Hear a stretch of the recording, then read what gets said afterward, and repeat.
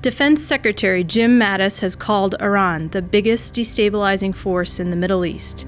Keen on ending its own relative isolation, Iran portrays its security posture as defensive, a type of self-reliant deterrence against adversaries bent on keeping it weak.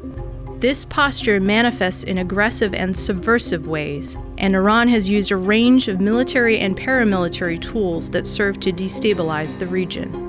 Although the JCPOA has curbed Tehran's nuclear program for the next 10 to 15 years, the United States and its allies have been unable to deter Iran's incremental extension of regional power. The Trump administration and Congress will need to evaluate and prioritize their objectives in Iran and in the Middle East to counter Iran's destabilizing activities. There are several policy pathways the Trump administration could take, each presenting opportunities and risks for U.S. interests.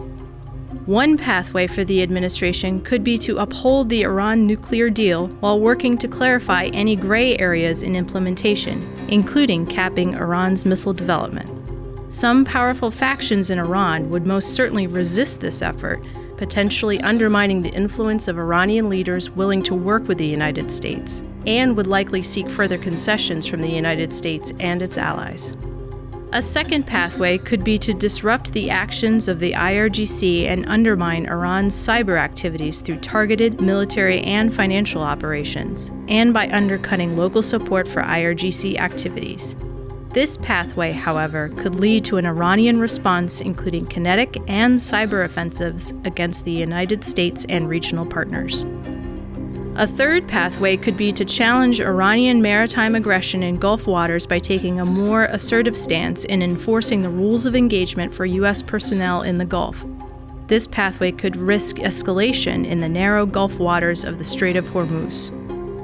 A fourth pathway could focus solely on upholding the nuclear deal to ensure that it is not derailed by internal and external pressures in the U.S. or Iran.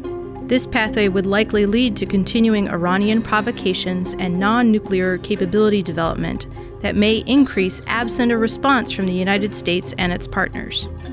Ultimately, the Trump administration and Congress must create a holistic strategy that accounts for a range of Iranian objectives and activities.